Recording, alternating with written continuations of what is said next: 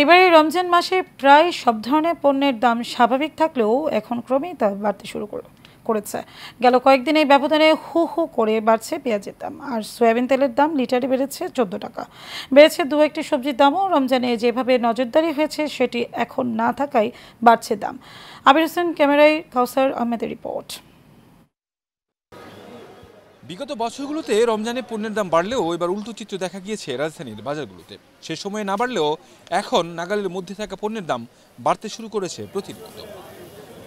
বাজারে সবচেয়ে স্বস্তিতে থাকা পেঁয়াজের দাম বাড়ছে লাগামহীনভাবে। 3 দিনের ব্যবধানে বেড়েছে 15 থেকে 20 টাকা। বেড়েছে তেলের দামও। পেঁয়াজ বৃষ্টির কারণে পেঁয়াজ দেশ থেকে আইতেছে না, এই জন্য বাজার বাড়ছে। পেঁয়াজ 60 টাকা কেজি আরো বাড়ার সম্ভাবনা আছে। ডলারের দাম বৃদ্ধি, ইন্টারন্যাশনাল বাজারও তেলের দাম বেশি, এই জন্য এই রেটটা বাড়ানো হয়েছে। আরও বাড়বে না, মনে হয় না একবার। মিল মালিকদের ট্যাক্স যখন যুক্ত হয় তখন দেখা যায় তেলের দাম অনেক বেড়ে যায়। এজন্য কোম্পানিরা আগে রেটে মাল দিতে পারে না। এই জন্য লিটারে 18 টাকা বাড়ানোর কথা ছিল, সেখানে 14 টাকা ট্যাক্স হিসাব করে এখন 14 টাকা লিটারে বাড়াই দিচ্ছে। কেন এখন বাড়ছে এমন প্রশ্নের জবাবে মিশ্র প্রতিক্রিয়া জানান বিক্রেতারা।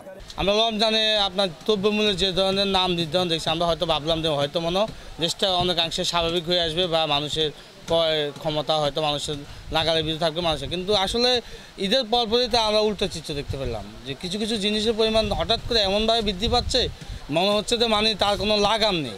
সিন্ডিকেটের কারণে তো সবজির দাম বা সব কিছুর দাম বেড়ে যাচ্ছে। তবে ক্রেতা বিক্রেতা উভয়ের অভিযোগ, নজরদারি কমে যাওয়ায় সুযোগ কাজে লাগাচ্ছে কিছু অসাধু ব্যবসায়ী। মোটামুটি নিয়ন্ত্রণে আছেন। 2 দিন আগেও 40টা 50টা আছেন। আমরা